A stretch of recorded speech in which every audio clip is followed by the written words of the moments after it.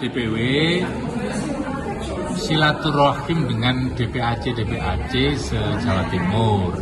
Jadi sudah 1 periode kemarin konsisten kita lakukan silaturahim dengan DPAC.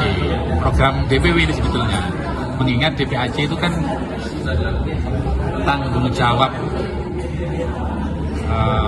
penyapaan, tanggung jawab keorganisasiannya itu DPW. Sehingga kami dalam 1 tahun minimal ketika Ramadan begini sempatkan untuk berkegiatan dengan DPC dengan peserta DPAC. Kalau sekedar konsolidasi partai DPW dengan DPC mungkin pelaksanaannya di Surabaya, tapi ini karena memang turba tentu membawa agenda dan tujuan memanaskan mesin partai, persiapan pemilu berikutnya yang meskipun masih kurang lebih sekitar 3 tahun lagi, tetapi konsolidasi wajib untuk tetap kita galakkan karena kita tidak mau lengah sedikit pun, sejenak pun kita tidak mau lengah mempersiapkan diri, mengingat effort untuk pemilu yang akan datang kita yakini akan semakin besar, akan semakin keras, sehingga kita sebagai partai ideologi, partai tradisional dengan kultur jelas mengusung harapan semoga kita di Jawa Timur khususnya bisa semakin melipat gandakan kemenangan kita, dan lebih khusus, lebih spesifik untuk Kabupaten Tuban tentu karena kita pernah berjaya di sini, besar harapan DPW untuk PKB Kabupaten Tuban bisa kembali mengembalikan kejayaan PKB Kabupaten Tuban di pemilu yang akan datang, tidak hanya di legislatifnya tetapi juga di pemerintahannya.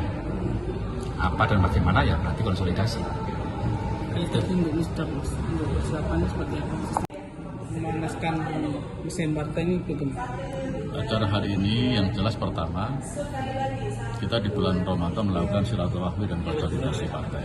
Sehingga yang kita undang jajaran Dewan Suro, Dewan Tabid, DPAC, Suro Tabid, dan seluruh pengurus yang ada di kecamatan kita hadirkan di DPC. Dengan agenda satu adalah silaturahmi DPW PKB Jawa Timur, termasuk mensosialisasikan hasil pengurus baru DPW Jawa Timur. Yang kedua ada sosialisasi persiapan Muscap, di mana Muscap se-Indonesia nanti akan digelar pada bulan April sampai dengan bulan Juli. Jawa Timur sudah dijadwalkan tanggal 28 Maret sampai dengan tanggal 5 April. Tuban ketepatan tanggal 4 April tahun 2026 akan diselenggarakan. Ini adalah dalam rangka untuk konsolidasi. Bagaimana? Karena apa? Apapun bentuknya dalam Muscap itu kita melibatkan peserta dari DPAC. Nah, kewajiban kita adalah bagaimana agar struktur DPAC tetap solid, tidak ada persoalan, sehingga di dalam Muscap nanti bisa berjalan dengan baik dan lancar, sehingga pembenahan rekonstruksi organisasi di tingkat DPAC dan cabang bisa berjalan dengan baik dan tidak ada hambatan yang kita inginkan. Pemetaan ketua sendiri dengan ke itu seperti apa? Kalau pemetaan ketua, wallahu alam bisawab, saya sebagai ketua DPW juga tidak tahu, karena itu adalah aturan yang sudah ditetapkan oleh DPP, dan DPP sudah membentuk di Jawa Timur ada tim 7 yang untuk melakukan pemetaan calon ketua di masing-masing kabupaten. Nah, tim 7 itu adalah dari DPW PKB Jawa Timur yang sebagaimana disampaikan Mas Wayan tadi, yang mewakili Jawa Timur adalah pengurus DPW Jawa Timur yang tidak ketua, sekretaris, dan bendahara. Di luar itu yang diangkat sebagai tim 7. Itulah yang nanti akan bertugas untuk melakukan pemetaan di masing-masing kabupaten, kemudian muncul paling tidak ada 3 nama yang akan diusulkan ke DPW. Nah, 3 nama itu nanti akan diumumkan di Muscap. Nah, di Muscap itulah baru ada mungkin nanti tambahan usulan dari DPAC atau dari peserta Muscap untuk mengusulkan nama atau memberikan catatan-catatan bagi nama yang diusulkan yang dibacakan oleh DPP tadi. Apakah catatannya sudah baik atau mungkin perlu dianulir dan sebagainya. Tetapi peserta tidak punya kewajiban untuk menganulir. Tetapi pesertanya berkewajiban memberikan catatan dan masukan-masukan. Menganulir tidak boleh, menambah boleh. Itulah Muscap yang sudah diatur oleh DPP saat ini. Ini laku sama DPP.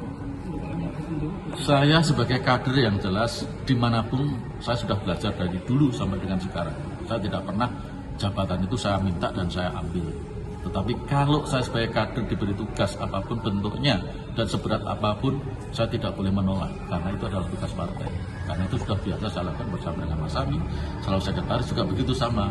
Mas Sami juga sama. Kira-kira kalau diberi tugas tidak mungkin menolak. Saya diberi tugas pun dimanapun tempatnya tidak akan menolak karena saya sebagai kader partai dan pekerja partai wajib menjalankan